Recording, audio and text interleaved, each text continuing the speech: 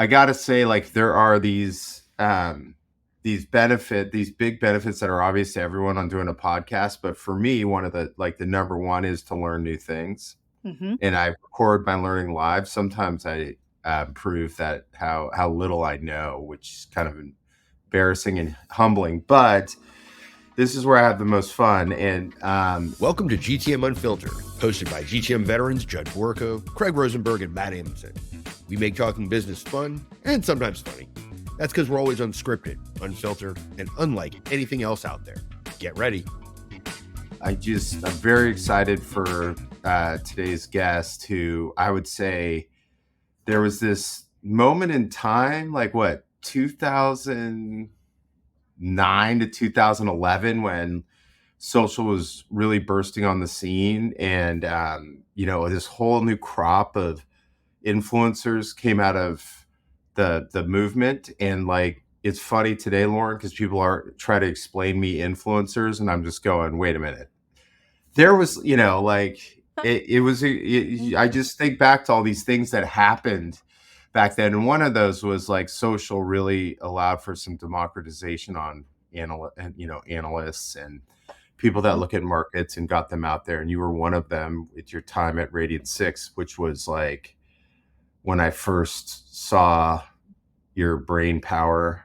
And then you continue to go through almost like what I saw now, the new like community path, right, with Aetna and Fidelity. And then here's the thing, everyone on the intro. So now she's got so many pieces of like educational work and experience and learning on her side, that it's hard to keep up. There's like 26 different things going on in her world. Like when I was first trying to catch up to get ready for my first meeting with our guest, I was like, oh my gosh, she's doing everything. So I may have to help you sort it out. But the first thing I want to do is say, you're at the University of Leicester. Is that pronounced correctly? Leicester. I'm an honorary research. Yeah, honorary research fellow there. Yeah, it's okay. Oh It's my okay. God. It's a common mistake. I did that too, even before I went there. I felt so awkward. So yeah, I totally did that.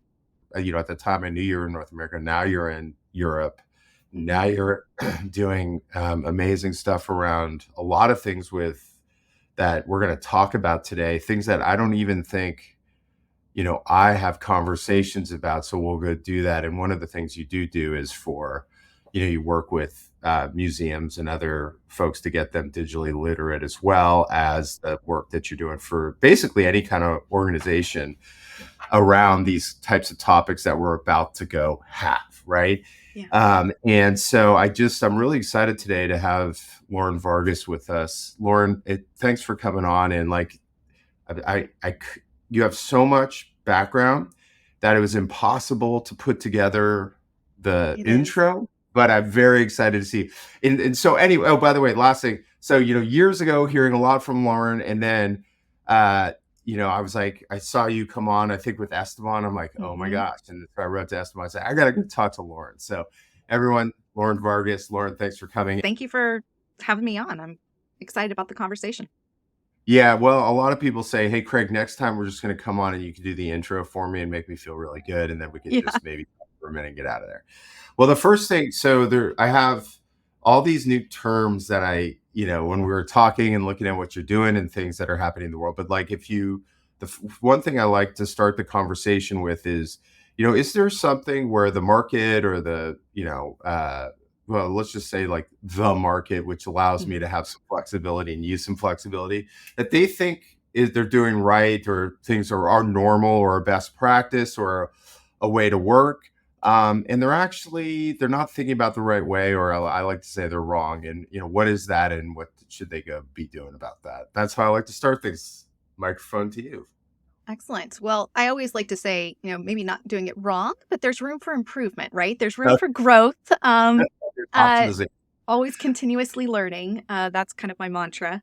Um, I think there is this common misnomer that the role of a futurist, the role of strategic foresight, belongs to the precious few, the one person or the small team that is responsible for that entire organization's goals, objectives, and strategy. And that's just not accurate. That particular capacity, that capability, that skill set, that tool set, that mindset, that heart set is something that belongs to every single person. And so I really advocate for people to explore and figure out ways in which they can bring others along on a collective imagination process. And I truly believe that's something that belongs to everyone. So, yeah, I knew we were going to talk about this. It's incredible. It's so much more high level than what I'm talking about. So is this when we're talking about futures literacy or future Yeah, literacy? futures literacy. Okay. So, so first, like when we're talking about the term future or futurist or futurism or whatever that might be, what do we mean there? We're really talking about the actions of sensing and sense making. So it's about how are we scanning our horizon? How are we looking to see what is changing, why it's changing, how has it changed over time, and how can we then begin to better understand those signals, those trends, those drivers, and those forces, and begin to shape those into narratives that help us explore alternative futures so that we can then use that information to then help us as organizations, projects, teams, begin to better assess what is our readiness for these various futures. Where might we take agency in helping shape a preferred future? How might we actually take steps today in order to prepare ourselves for that readiness? And so it's really taking this this cyclical approach to scanning the environment, learning from the environment, bringing that back into the organization, bringing that back to your team, your project, and really understanding what that means from a readiness level so that you can make decisions today that inform the future. Yeah, amazing. What so this circular sort of look in, it sounds like you mean like how an organization might continuously Correct. do this. But so if you had a example in your head of, you don't have to name names if you don't want to, of an organization that's doing this really well, like what are they doing? Well, they are collectively, not belonging to any one person or any one team. They're scanning the environment. What are those signals of change? So they're probably asking, what is the future of X? What is, what might we be prepared for? What does our audience of the future look like? What does service look like? So it's really understanding what that question is or where you might want to, begin to explore. And then it is looking across the horizon and looking for those signals of change, right? Those things that are happening today. So it's understanding, maybe it's a report, maybe it's a news article, a case study, an observation, a behavior.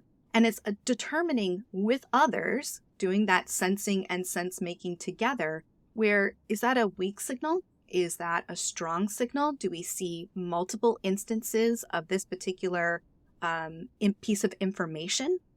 What trend, what drivers, what forces are influencing this particular piece of information or this movement, this behavior? And you're doing that work together.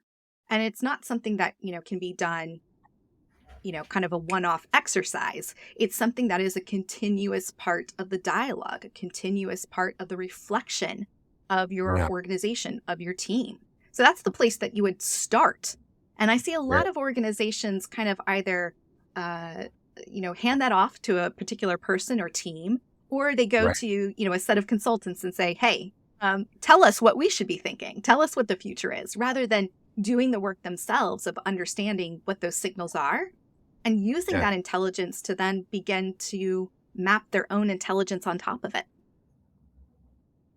Right. So that's where you start. Okay, that's amazing. Yeah. That's not the so end. I can see why you do a lot of work. Yeah.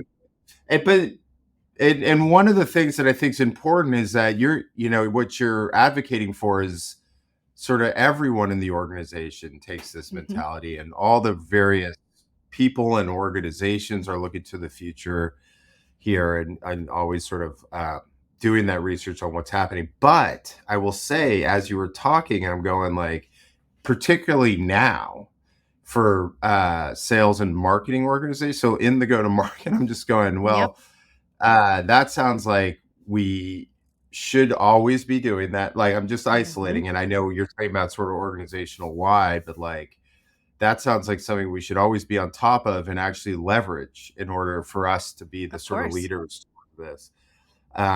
And that was, I mean, as I sort of think through what you're saying, I'm like, well, that this is important for everyone to embrace. But I live in the world of sales and marketing. So if you were advising a CMO and you wanted them to work in this way, like what, I get the mentality thing that I think is Mhm. really important, kind of fun.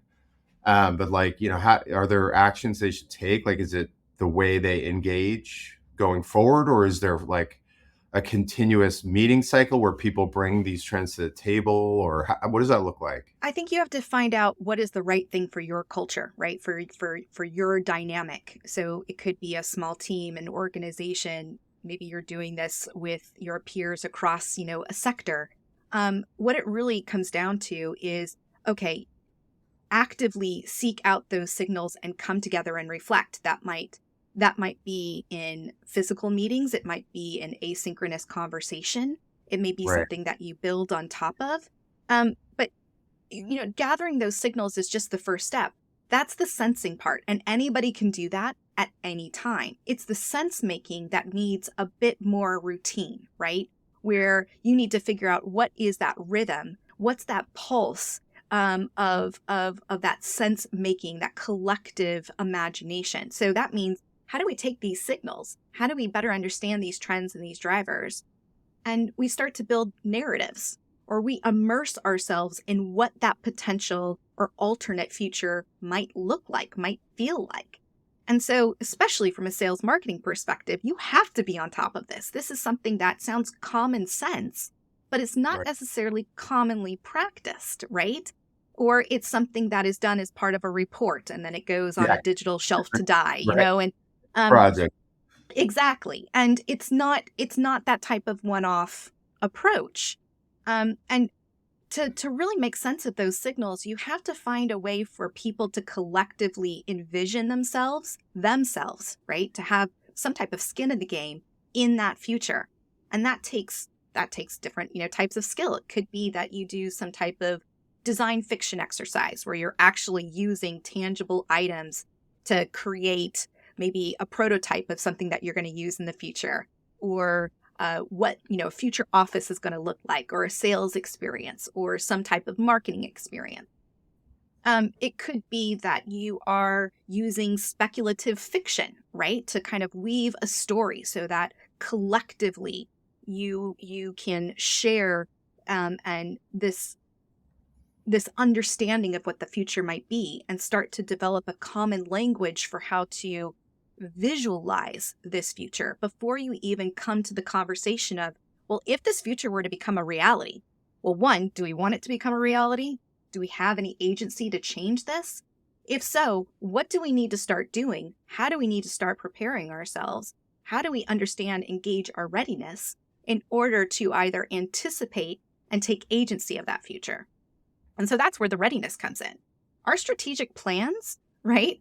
A lot of times I've been in so many strategy conversations and very long term, strategic planning discussions where they're building a 5-year or 10-year strategic plan. And so much is done in the past, right? They're taking all of this information from the past and they're making decisions from the present about things that are happening in the future, rather than, how do we better understand? Yeah, we do need to have an understanding of what has happened in the past, but not so exclusively. We have to Yeah. be able to start to, think forward, and what does that entail? And that's a skill set. Yeah. That definitely is. But that's a perfect example. The 10-year plan is rarely made with some kind of leap of faith or imagination about how things will change and the directions things are going. And you could also argue, yeah, I mean, maybe we don't know the insides of some of these organizations that have been one step ahead of the change, but I can imagine that. Well, I guess I could imagine that someone in the organization was in charge of looking at the future there. So I was very happy to these phrases that I'm learning from you that I picked. So futures literacy. Now, did you say design fiction? Design fiction, yes. Okay, now Yeah. there's one. Okay, Matt, who's my other co-host, design fiction. How about that? I have a podcast where we were talking about design fiction. Okay, what do you mean by you gave a little bit of an explanation, but just blow it out for me because it's a new phrase and I'm just so excited to. I mean, honestly, I may misuse it, but I'm going to use it a lot now. So, Well, yeah, it's different than speculative fiction, where you're working with scenarios or narratives really to kind of communicate that potential future. So design fiction is where you're taking something from you're designing something from the future. So it could be, okay, let's say I work with a lot of cultural organizations, and there are some artifacts that are fairly standard. So like, when's the last time you visited a museum? You probably had some type of audio guide, or, whether it was on your phone or something that they gave to you. In a design fiction exercise, if I were working with a museum on their digital transformation, right, and thinking about how they might prepare, and really, start to think about the audience of the future, then it might be something like, okay, let's completely reimagine, let's rethink, let's reframe the audio guide. And so we're actually going to prototype what this looks like. And we're going to immerse ourselves into this world where this device or this thing, whatever we create, is going to be used. It could be that you're working, even at a grander scale, where you're doing, what does the city of the future look like? What does the organization of the future look like? And you create a space in which you are completely immersed in the elements of that future. Now, that doesn't mean that you've got all those, we're not going all Jetsons here. It's not like, we're not flying, in, right. flying cars or whatnot. But it is, how do we take what is surrounding us, what we call the future mundane? Those really simple things that are part of our everyday environment that we really don't give a lot of credence to, really, actively notice, but we fill that space or we reimagine them in different ways. And that helps us step into that future and better understand, okay, this is how it would feel. This is how we might simulate, this particular behavior, motivation, experience. And so I use design fiction very sparingly because it can be overused, and, sometimes, you have to be truly in the right mindset and have enough space and time to do that. I generally, kind of start with speculative fiction as kind of a way in to help visualize the experience. But those types of work, of sense making, it's all about how do you immerse yourself in those alternate futures, because just talking about the signals, just talking about what it might be without actually really feeling it with all of your senses is a very different endeavor. I'm using it. Okay, wait, really quick. As you were talking, I had all these terms I was going to, but I had been wanting to ask you. So you're like one of the OGs of, let's just use the word blanket, gives us both space, community. It's okay. Yeah. Yeah. And so where are we now on community?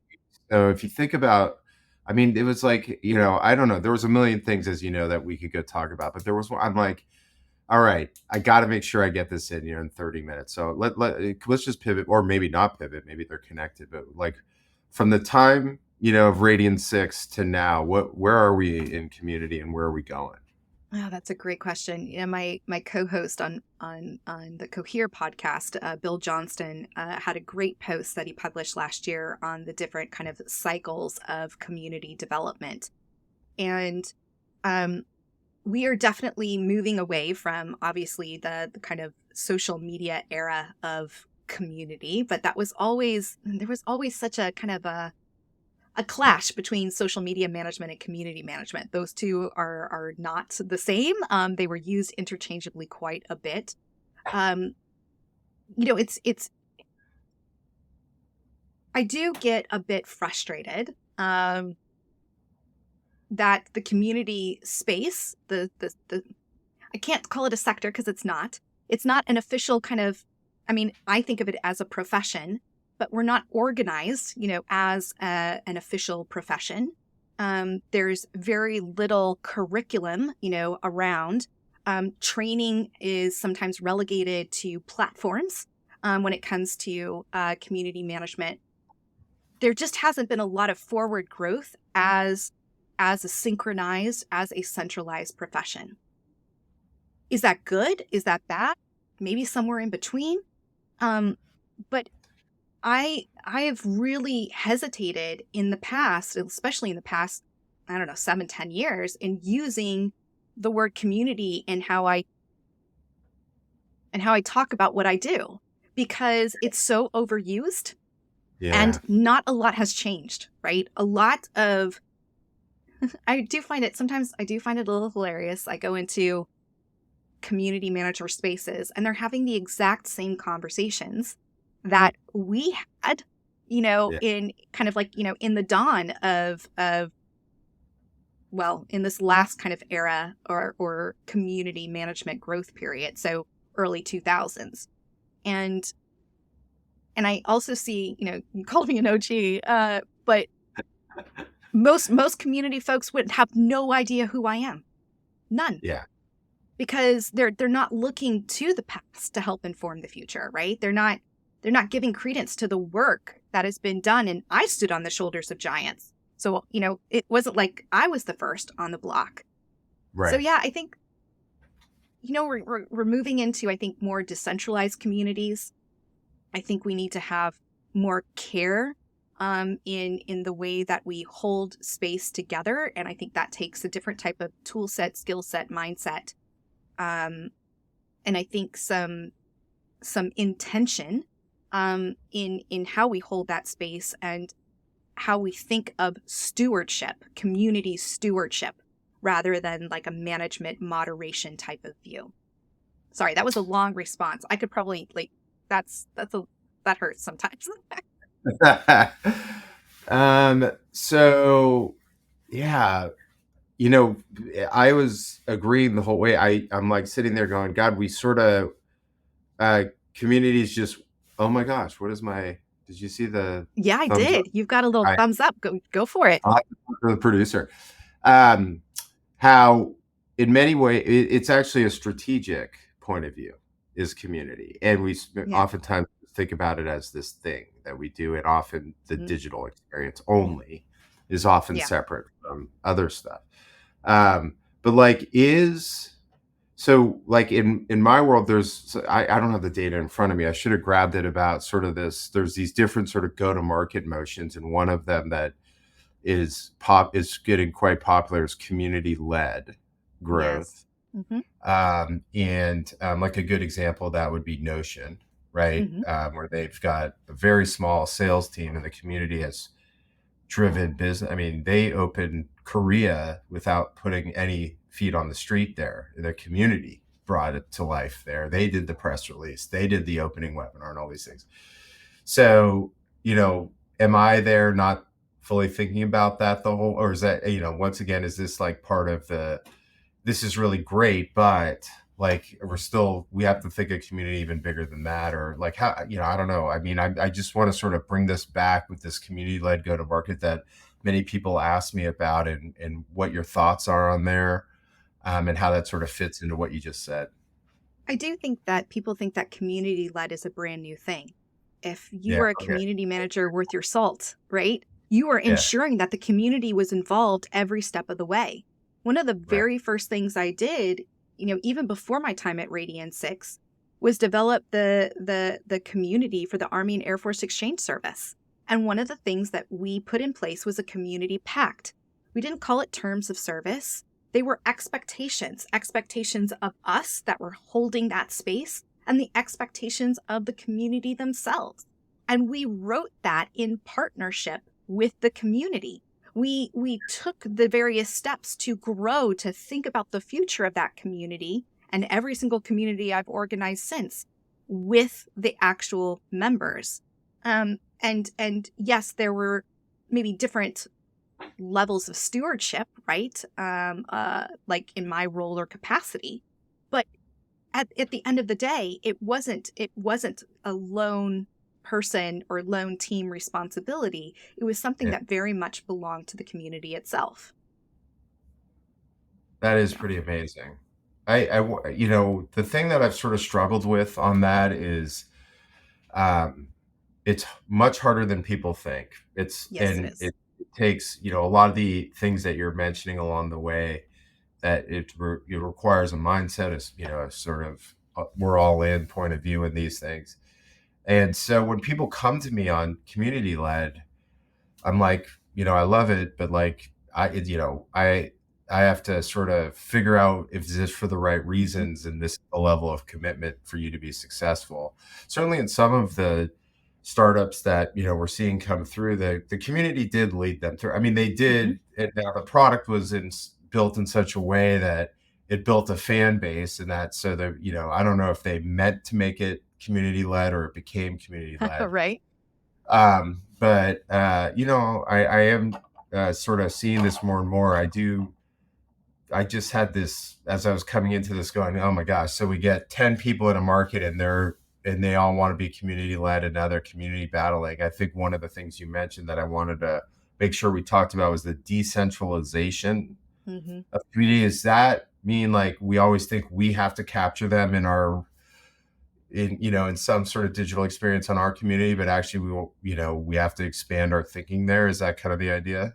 Yeah, and this is something that I've really I've really grown into over the last couple of decades, is that we collaborate and we can communicate, we can collaborate, and we can be with community and with people that's not necessarily within our properties, right? So it's us, you know, it's our responsibility to go to where, you know, our people are, our various groups of interest, of place, of circumstance, of action.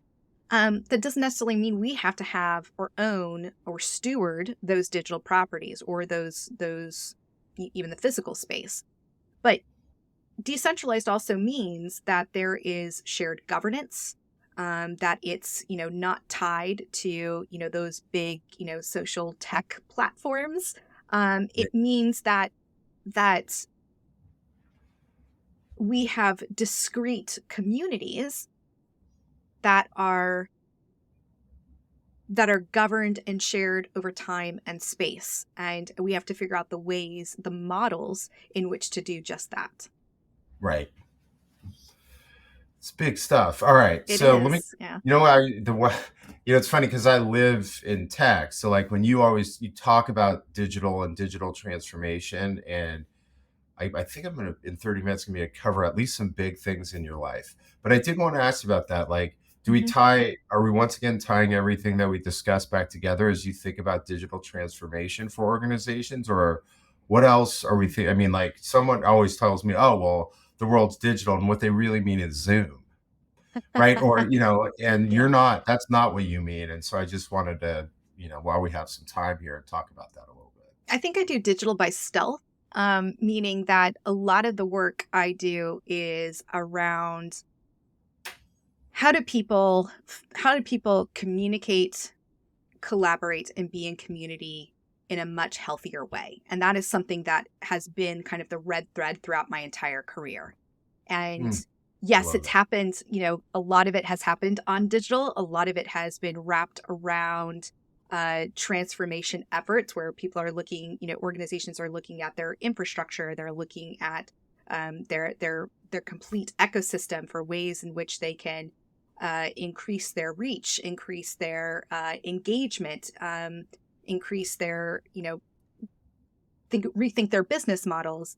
But ultimately, I've always had the approach where I take a community first approach, and that means that we have to learn how to communicate better, collaborate better together before we can even share and hold that space to do anything together. And always looking forward, right? So it's how do we look to the past to inform our present, to better prepare for the future. That has always been something that is a red thread throughout my entire career.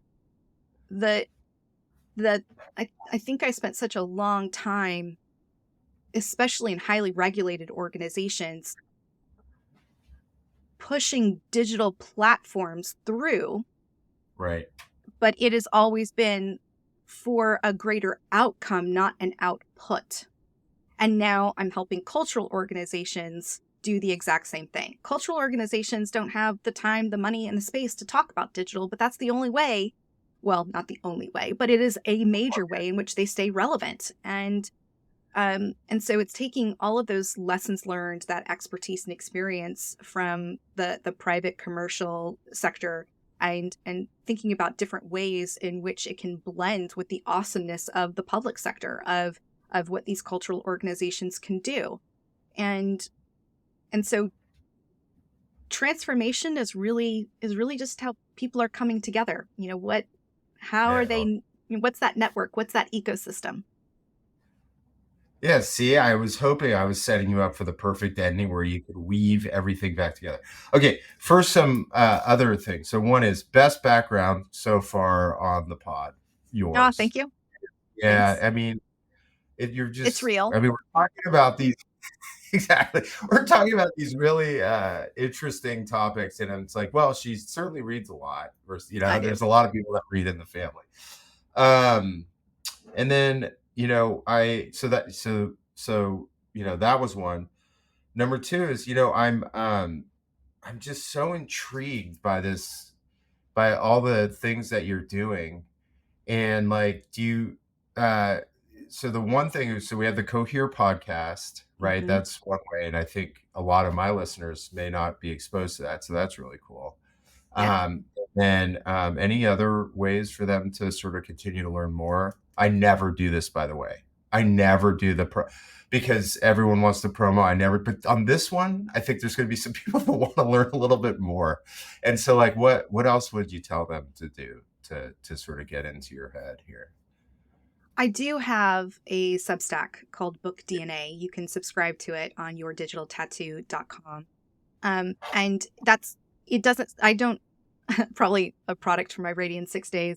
I don't sell or promote my stuff.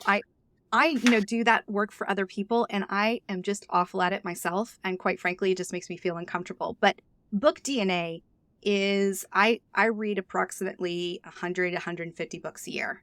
And I map all of those out on how I came to those, particular books or media, film, and discussion. And I love to share that with others. I call it my Book DNA prescriptions. And so that might be kind of a way into kind of my thinking and what I am scanning the environment looking for and really exploring. Okay, that's cool. All right. Now, normally that's the end for people, but I had this list where I wanted to end on one thing I wanted to ask you about. Sure. The way that I hadn't sort of seen you. I'm sure you were out there in a while, and then I saw you via LinkedIn, and so I would love to hear, what is LinkedIn? Like, how would you describe LinkedIn and where they are, and how, what is its importance in the world? Oh, I don't know. How candid do you want me to be? Be candid. Let's go. It's just adult performance. Like it's a show. It's not where business is being done. It's not even where a lot of critical thought is happening. There's no back and forth. And even when there is back and forth, it's not as volatile as some of the other social networks for sure, but it is a space for people to go, oh, look at me, look at the really great thing I did, rather than what I would, like is, here's a challenge, here's something that I've been working through. Can you connect me with somebody who's been going through this exact same thing, rather than just kind of like all the flash, all the frills. Yeah. I mean, I'm on there obviously, because that is kind of like the last social network of, where you can put your stuff out there. But yeah, the whole space has changed so dramatically. And you have to rethink, your identity, your place in those spaces on what almost seems to be like a day-to-day basis. Yeah. I like what you said. I think I would say, here's what I'd say is the adult performance call was beautiful, and we have to do it. We do it anyway. It's like, yeah, we kind of know what it is. I mean, you're going to Yeah. be on video cuts from this on there, but I do agree that. And then I think about what you're talking about, like the quote unquote conversation. I kind of joke, there's a lot of people just saying preach or like yeah, nailed it, all this stuff, right? And then occasionally you'll get someone who comes in and dissents, and that sort of devolves into something frankly not very productive. Yeah. But yeah, I mean, look, in my world, most of the buyers are on there. We've seen a ton of founders sort of use LinkedIn, but they are using it as a not necessarily as a community vehicle, and more so as a place that build performance. It's theater. It's theater. Awesome. Okay, so that was as interesting as I thought it would be, and then I've left everyone with places to follow up here. But I want to thank you. I mean, my God, I haven't seen you in so long. It's been great to reconnect, and it's been mind blowing to look at some of the stuff that you're talking about and doing. And so I don't often get that opportunity. So I just want to say thank you so much. I appreciate it. Now I'm going to pronounce her name incorrectly, but I'll try. Caitlin Bourgoin, Bourgoin, had this tweet that went crazy just as our fun thing. You guys, like, she wrote, "A flower is just a weed with a marketing budget." And that she credited a guy named Rory Sutherland for saying that. That is an incredible marketing quote. Yeah, that's a good one. What do you think of that one, Matt? I mean, maybe, I guess. I think from like a horticulture perspective, that's probably not true, right? Like, I don't. Or are we going to a horticulture conversation? Because I don't remember seeing that on Judd's list. Hey, this is unscripted. I mean, yeah, sure. That's fun, I guess. I don't spend a lot of time thinking about stuff like that, but I don't know, like there's definitely a significant difference between like a good and a bad email, right? So like spam email is just email that doesn't have a good strategy, good messaging, and a good brand behind it. So I think in that vein, it's probably the same. You're going to take this quote and talk about a freaking email, dude? What happened to you? You're a big thinker. Well, I'm just trying to make an analogy here, right? Like put it in practical terms, right? Like if a flower is just like a weed with a marketing budget, like a spam email is just an email without a marketing budget, I guess. It's kind of like a Christmas tree is just a tree with a marketing budget. You don't buy trees, but you sure as heck do when it's Christmas time. I actually love this quote for a couple of reasons. One, it shows the absolute importance of marketing, and I think that's a miss right now, especially. So I'll go there. Sure. And the other side is like it's an interesting take. It's like we literally group things based on our perception, and marketing is really of trying to affect our perception. So it's it. Yeah. I get why it blew up. That's for sure. You and I, 2-1, you and I like it. I'm Matt's, you were, I mean, dude, one, you were thrown off by the horticulture issue.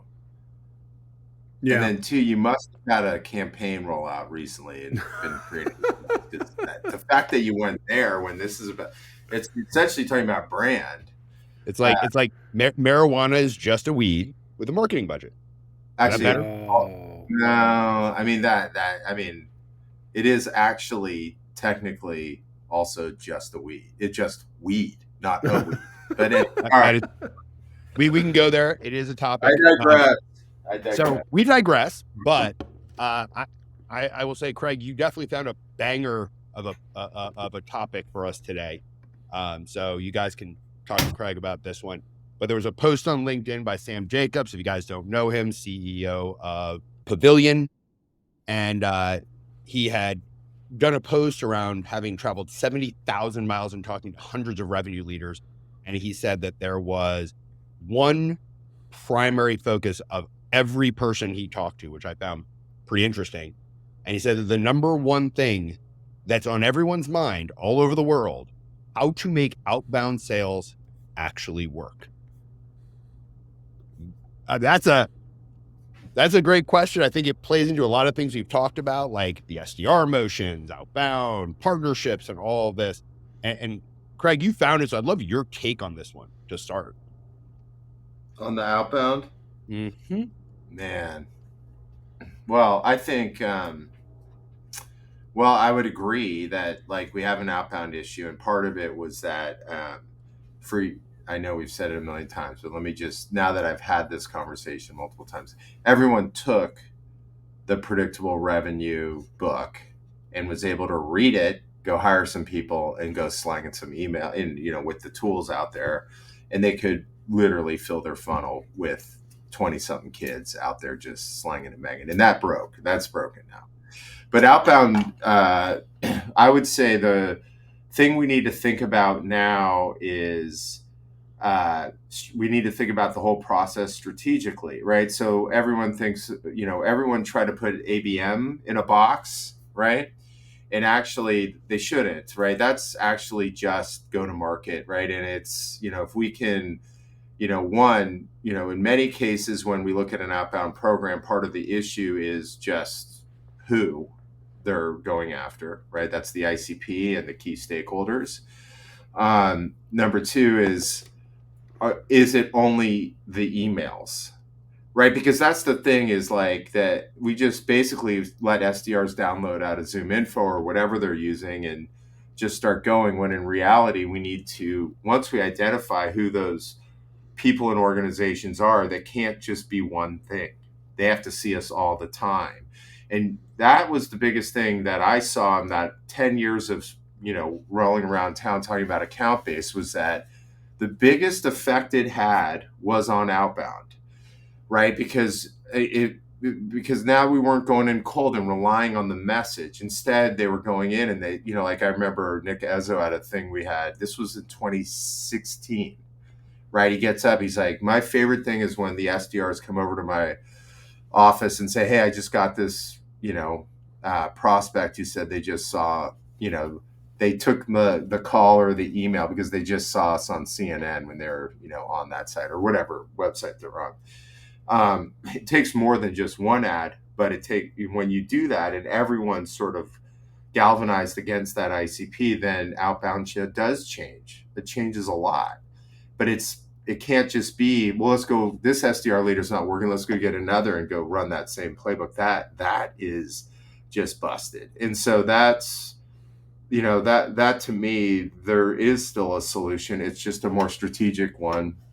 I think some of the byproducts are, one, I am now firmly in the camp that SDRs should report to marketing 100%, because now the coordination just is infinitely better there. And also it's clean. Like we can go to the, like in the case of Snowflake, right? It's like, we'll get you the meetings. Then everything they do is to get these meetings, and it's marketing, sales, events, all of these things sort of coalesce to go do that. So anyway, I went right to actionable. Of course, it's an issue. It's a big one. It's killing pipeline numbers. Mm-hmm. But part of the issue is because we just call it outbound. We just do SDRs, or we just try to enable salespeople to prospect.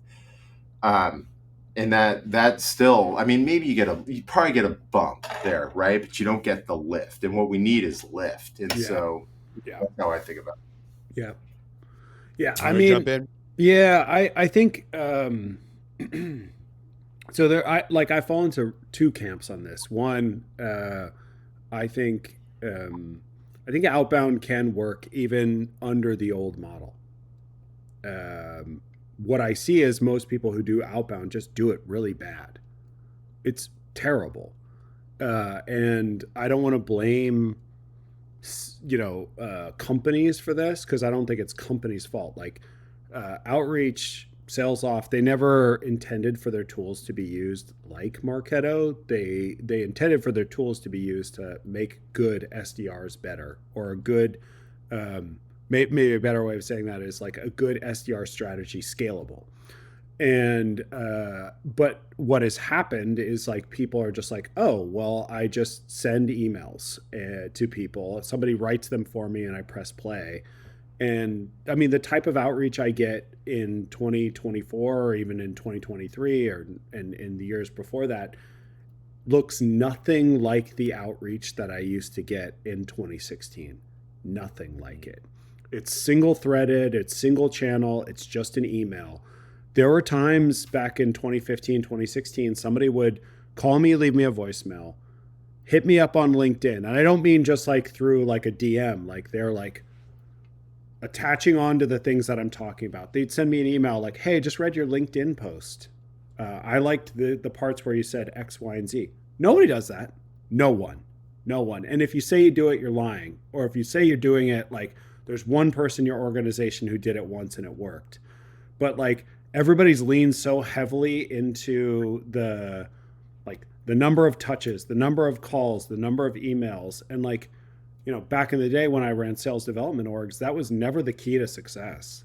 It was never about, hey, we have to make 100 phone calls or we have to send, 50 emails. It was, what are the accounts that matter? Who are the people within those accounts that matter? How do we go start a conversation there? And that conversation doesn't have to start with, this is the reason why you need to buy my product, and this is why we should talk Thursday at 3:30.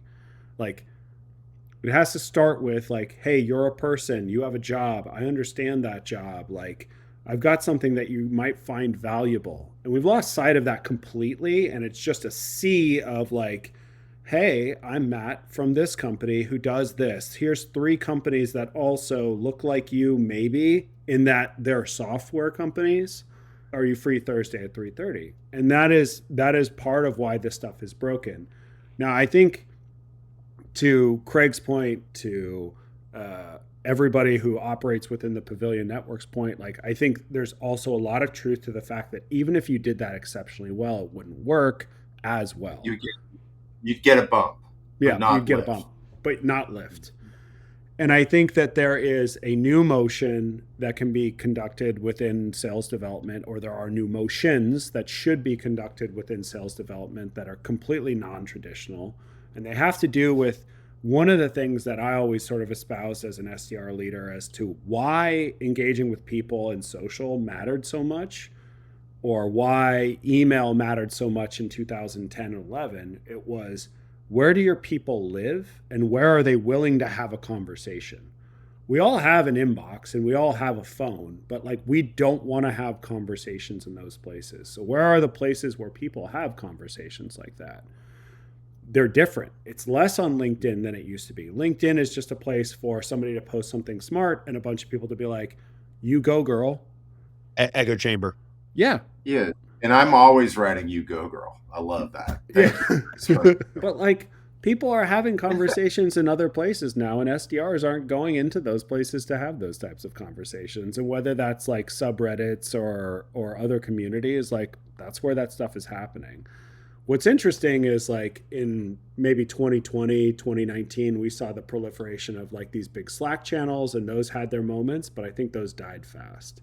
Again, because like in a lot of cases, those communities exist on a brand's term, and more consumers, prospects are less interested in engaging with branded assets. They want to engage, or branded asset communities, or communities that are branded assets.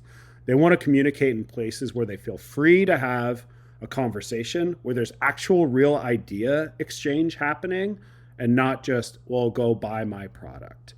So what does that mean? How do you wrap that all together? It means that like you just need to go exist in those places, understand the types of conversations that people are having in those places, and then apply that level of conversation, whether in that channel or through other channels, to that prospect. And to me, like, that's not very simple. There's not a piece of software that helps you do that. And so it will be a long time before people actually move to that motion, because it's very difficult. It's going back to the old days of prospecting, where you just sent an email through, your Outlook, or you send an email through your Gmail. Like there's just no software wrapped around it. You just got to be out there. You got to be the bold and the brave. I love all of that, and I have a lot of thoughts and probably some deeper pieces here. But the first thing that came to mind to me is data is not a strategy. I feel like we've created data-driven salespeople, do the calls, do the things, take the actions. It'll just work. And at least the people I'm talking to is all of the numbers that used to hold are way down. Sure. They're if they test anything new, it's super short term, and then just assume it failed.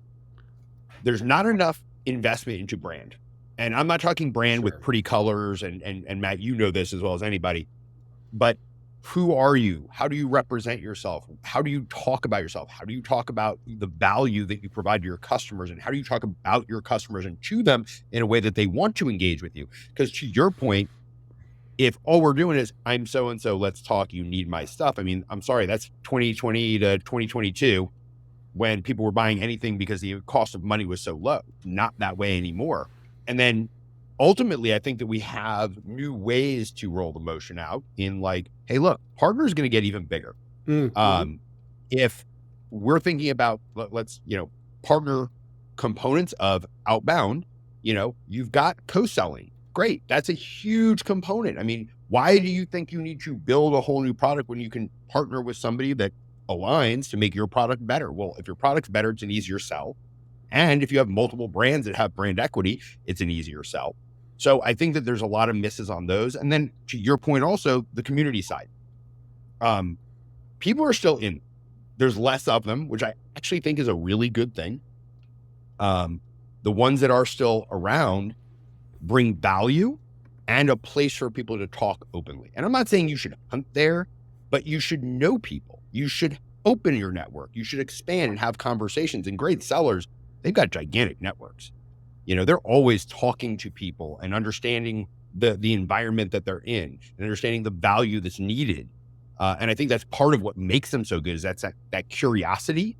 So there's also potentially hiring practices that might need to be adjusted to get the types of people for the environment that we're currently in, where we know certain types of selling is really difficult right now. If you can't develop trust or rapport quickly, you're going to struggle right now. Mm-hmm. So I think there's a lot of moving pieces that can make this work really well, but that also means you've got to give the time. And I think this goes to what both of you guys said on one of our previous episodes. You have to give time to test and find out what's going to work for your organization. Doing the old playbook right now, and to Craig's point, right before, the playbooks are broken. Now what? Yeah. I hear all the talk about partnerships. I hear it. I challenge it. I think in a lot of cases, here's what I'll tell you. Partnership leaders at company A and partnership leader at company B, they want to work together. They're like, oh, we can tell this better together story. It's going to be fucking great. Like your app, my app, together in Salesforce, in the data warehouse, in whatever, in your ERP, we're just a match made in heaven. And I, as a sales rep, am trying to sell to Craig. And you're Judd as a sales rep, Craig is your customer. And I go, Judd, bring me in on this deal. Our two partnerships team leaders say that we should be working together. And you go, for what? And that's the reality. It's like, it all sounds great until it gets down to the AE who's like, I don't give a shit if Matt sells a deal to Craig. I got mine, right? And Craig also, let's say that we're you haven't bought from Judd yet. And I go, Judd, it's Matt. I'm over at this company, you're at that company. When we sell together, Craig gets more value. And we go, okay, cool, let's partner up. We're going to sell both solutions to Craig. And Craig goes, oh, okay, Judd's solution works, Matt's solution works. I'm going to buy both of them. And then he takes it to the finance team and they're like, you're going to buy two things? Are you fucking kidding me? And then it all blows up. And that's the thing. It's partnerships sound so awesome at the highest level. And I get it. I love our partnerships leader. I've loved other partnerships leaders that I've worked with in the past. But unless that there is a real motion that exists between sales team, that is all bullshit in my opinion. It's just talk, it's emails, it's a common Slack channel together, and where the rubber meets the road, people are not actually helping each other close deals. So I love the idea, I just don't ever actually see it working. Craig, are you okay with me jumping in real quick? I'm Cool. sure you want to. Oh yeah, especially in the partner stuff. I agree to an extent. I would say that the vast majority of partner programs are immature and don't work. Yeah. Agreed 100% on that.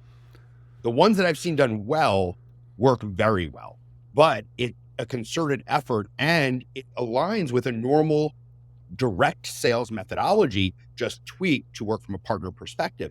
And if the two partners or three or four or whatever don't come together and align, even just basic stuff like needs, wants, and don't wants, right? And understand where the value lies, and then put formal operating components together and build out your playbook so people can make it easy. No, the reps will do nothing. They have to find value in what's going on. So if you do it right, yes, the reps actually want to sell it because it makes their job easier. They're getting introductions in, which means they're closing more business. And how they work together is very well defined and very easy to follow. And when they need something, it's already available. So there's not like, oh, wait, do we have this collateral that I can use? Or how do I better explain? Or how do I do an introduction email, right? Mm-hmm. When all that stuff is handled, it works better. But to your point, the vast majority of partner programs are not mature. They take people who maybe they were in sales or maybe they've been in partner their whole lives, and they just keep doing the same thing, wondering why they're not getting results. And it's not understood the value they're bringing by the CRO, the CEO, because they're not aligning their metrics with the standardized metrics that sales understands and speaks. Yeah. So I think there's ways to make that work. And will it? I mean, if people really want it to, and they put in the concerted effort and time, I think we're going to see the cream rise very quickly in the next year. Yeah. I just don't see the cream rising, man. Because I think it falls apart at a place where it's most critical and the AE just doesn't give a shit. They just don't care. They don't care. You'd be like, oh man, you give me this deal, we'll give you $100 or whatever. They're like, $100 fucking dollars? I'm making 8% on a $200,000 deal. I don't give a shit about your $100, right? Like, so I don't know. I mean, listen, like there's going to be a lot of different playbooks, a lot of different approach vectors for how to solve this problem. But I think like you're asking, and like, I'm not trying to besmirch account executives, like their time is precious to them, but like you're asking people who like don't update Salesforce to be like, yeah, cool, dude, I'm going to bring you into a multi-million-dollar deal.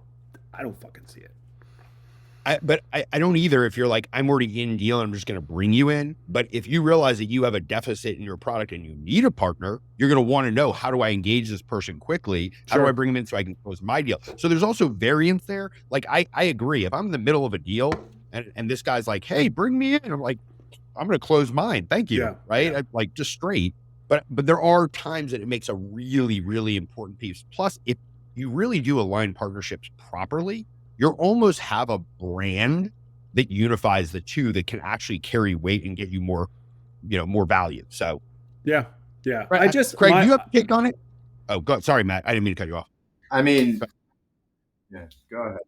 No, Matt, I would like to understand more about the approach vectors, please. Thank you. Approach vector. You're welcome for that one. That's a JJ Cardinal special. Yeah, I think like my advice here is like, yes, this is all going to sound well and good, but like be trepidatious, be thoughtful if like this is the approach. Like we're all sitting here at the start of a new year. If like this is a big initiative for you, like the thing that I will say is partner people love saying yes to other partner people. That's downstream effect of that is very, very challenging to make work from a paper perspective, from a people perspective. Like partnership people are inclined to say yes to one another because they are incented to have more partnerships with other people. It's, do you truly sell a solution that is actually valuable to that other seller or is valuable to you? And that's why the partnership exists. And can you actually come up with a process and terms for the end consumer that are beneficial to them? Because that's generally where it falls apart. Me and another person will have a conversation about, I will introduce you to that person. Yes, 100%. Like that email's coming right after the call. That call ends, 25 other things are at the top of their priority queue, and you just move to the absolute bottom. It just never happens. Yeah. Okay. One is the conversation started with Outbound. Mm-hmm. And so I'm going to go to that approach vector for a minute, which is It's a good vector. Yeah. And then I'm going to come back to the partner thing because well, let me talk about that in a sec. So on the approach vector, so one is everything we've talked about is really good and incremental. Like the issue is that tech companies grew by building volumes of pipeline, right? And that's just like even the partner stuff. You're talking like 30% maybe if you do well on revenue, and that's still good. I'm down with that. But like what will hurt is like big. And like, so anyway, really quick on outbound. So one is the I do think automation is going to come into play, especially as we test and go. And part of it is the automation of the SDRs will work better with a holistic view of our message, brand, go to market, and use cases and problems that we solve. Because it does work.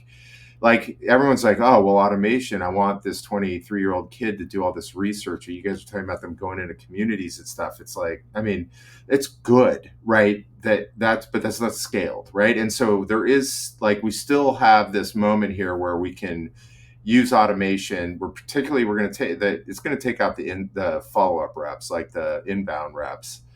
It might take out sort of the volume ones, and it might support outbound, but also might allow sales reps to have their own prospecting machine that comes out of automation. Because at the end of the day, one of the biggest issues for sales reps is the amount of pipeline they typically need to support the close rates that are currently happening. Even, they don't have the time. So we're talking about time. Like that was the key thing, Judd, is you said it takes time. Well, they don't.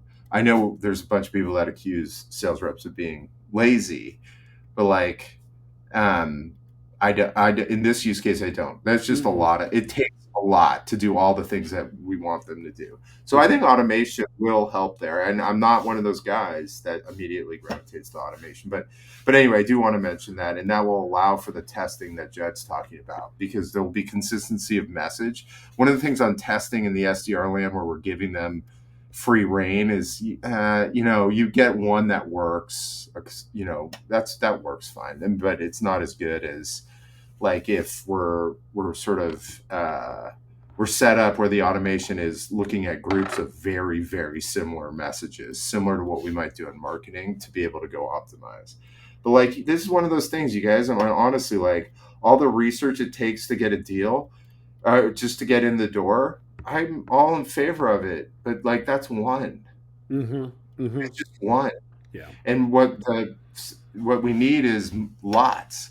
Yeah. And then the other thing I'd mention, Matt, on all of this is like, as people start to move like you out of content being a conversion point, right? Where the key conversion point is a high impact offer on the website to talk to sales or do a demo.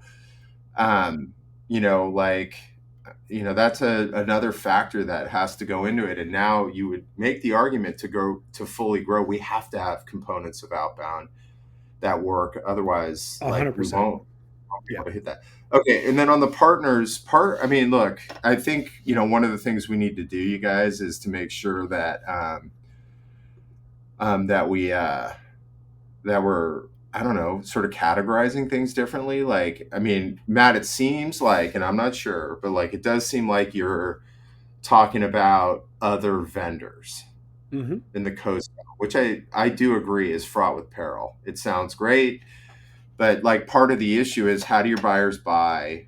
It's the same shit we've been talking about for years, but also how do your partner sellers sell? And like, the only time, in my opinion, that really works is when sales goes to the organization and says, look, here's what I'm hearing out there. I need this.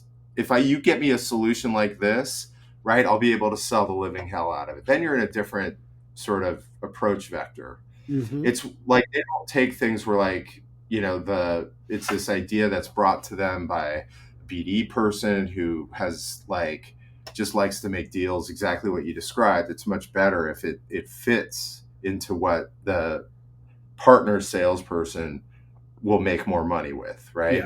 Yeah. But like, but like the modern alliance and channel strategy has cloud partners, which you've talked about, which can be really good on the with IT selling. The other thing is, if part of it is product market fit, I guess, because like there's a number of service providers, which is a different category, right? Whether that's like big five consultants or the sort of service ecosystem. And it's like, once there's a sucking sound of those guys realizing they can get deals from this stuff, right, then that actually becomes a really credible channel. It's when it's our idea, it takes years to get them there. But like when it's their idea, it's a lot different. An example is, I mean, I'm sure you guys saw, like, I think Neil had in Deep Funnel, and I'd have to look up the data about how the consultants are the ones killing it with AI right now, because basically they're being brought in like crazy. It's been a boon for them. And that's one where it's like, look, the tail will wag the dog. Like they're out there, they're going, we need to have an AI solution so we can go make $1 million. Those are the best sort of partnerships out there. But certainly, and then just going back on the marketplace stuff, as you know, can kill it, man. If you fit into the narrative of what the AWS salespeople are trying to go achieve, right? Then you can make a killing in there, and certainly a lot of people have. So there are elements there, but here's the net. Rarely, particularly at full scale, is that 100%. Yeah.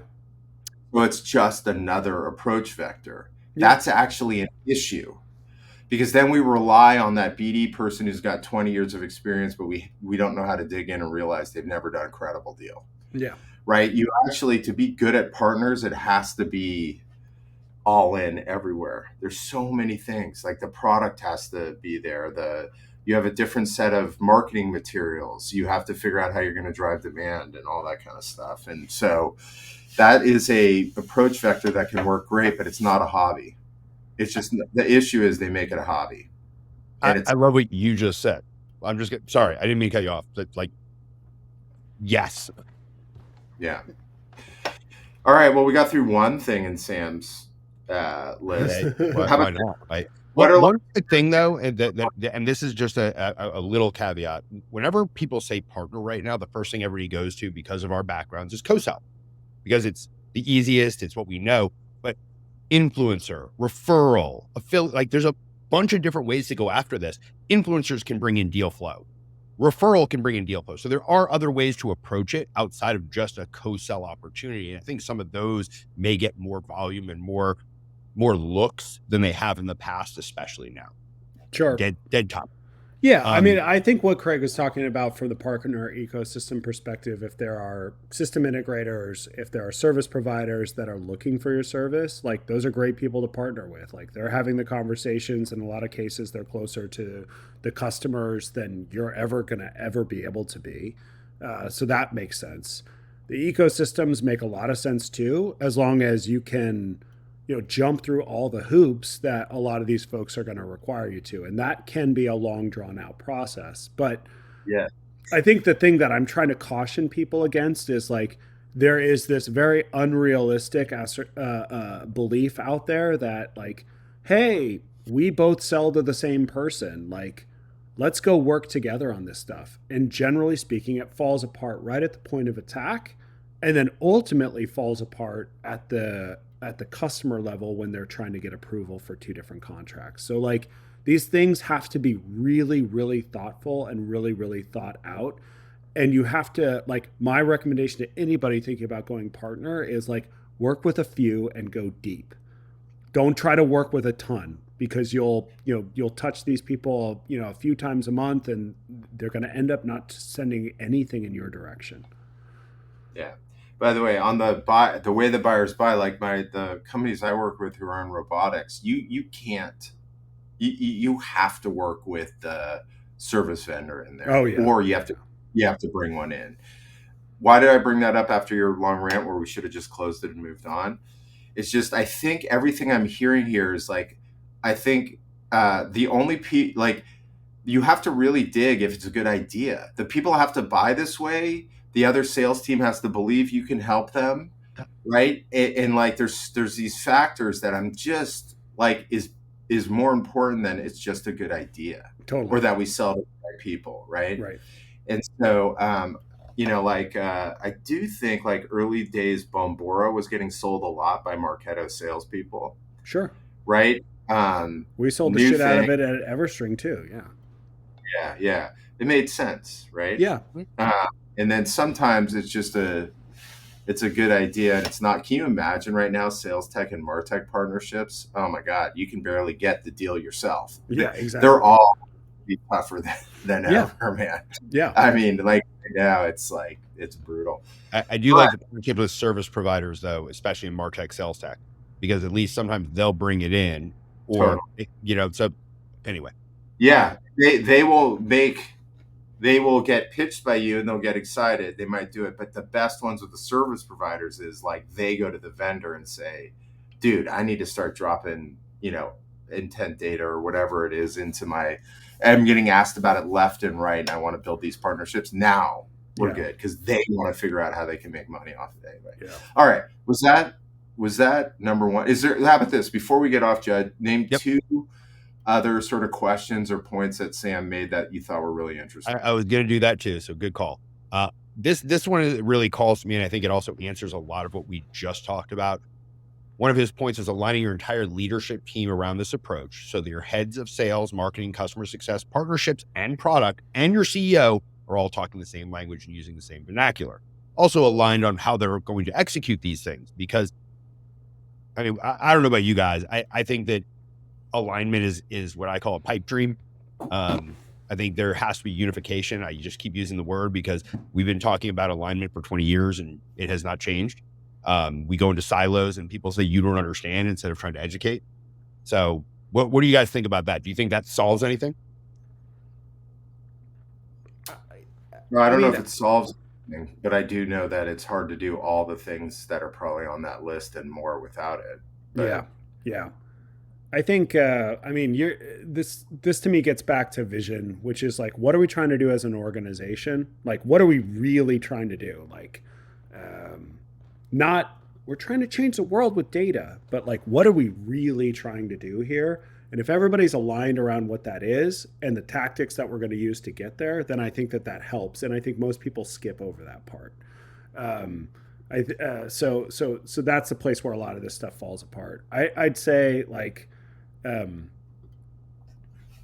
know this sounds like silly, but like if you can get all the executives all talking the same language out on social, that helps so much. Companies right now are just like their CEOs, LinkedIn is like their best form of PR in such a way right now. It is wild how much like you'd look at that and you think it's simple and you think it's silly, but man, that is driving a lot of companies out of the like Series A into the Series B, Series C space really well.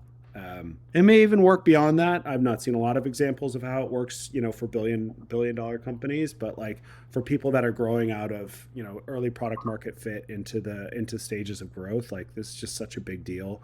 The more voices that you can use to amplify that, the better. And that's just one tactic. I know we're talking about broad-based alignment, but that stuff matters. How about, what if we said this? You need this in order to be successful against any of the possible approach vectors you might run. You're really running with those approach vectors, aren't we? This is one really good approach vector. Yes. No, it's actually a key element to the approach vector. Yeah. Too. It's like, but anyway. Hopefully our amazing podcast company, Ringmaster, is going to help us with our vectors. And you guys might get some fun clips around vectors coming to you soon. So, oh gosh. Vector I'm gonna get a graphics are shirt. back. My new punk band is going to be called Approach Vector. It's going to be awesome. We're getting you a t-shirt and then you get some glasses just called Approach Vector, like our own brand. The truth is I'm teasing him, but I think it's such a gangster term. I love it. Actually, the truth is I'm making fun of him while I'm using that. No, you started by making fun of it, but like you gradually got brought into the circle of approach vectors. I'm like, approach vector is just killer. He wants to own it. You can feel it. He's pulling it back. So guys, awesome conversation as always. Everybody, thank you guys so much. Obviously, we've got amazing guests as always. Tune in, keep telling us what you want to hear about. We'd love to be able to discuss these things openly with you. And as always, thanks for your time. We love you guys. See you soon. 2 different Here's pairs my of glasses for Craig. 2 different pairs. 2 different pairs. Thank you for noticing, Matt. Yeah, It's my you're approach. Thanks for tuning in to GTM Unfiltered. To hear our innovative insights and strategies, visit gtmunfiltered.com. Be sure to subscribe and leave us a review on your favorite podcast platform. Until next time.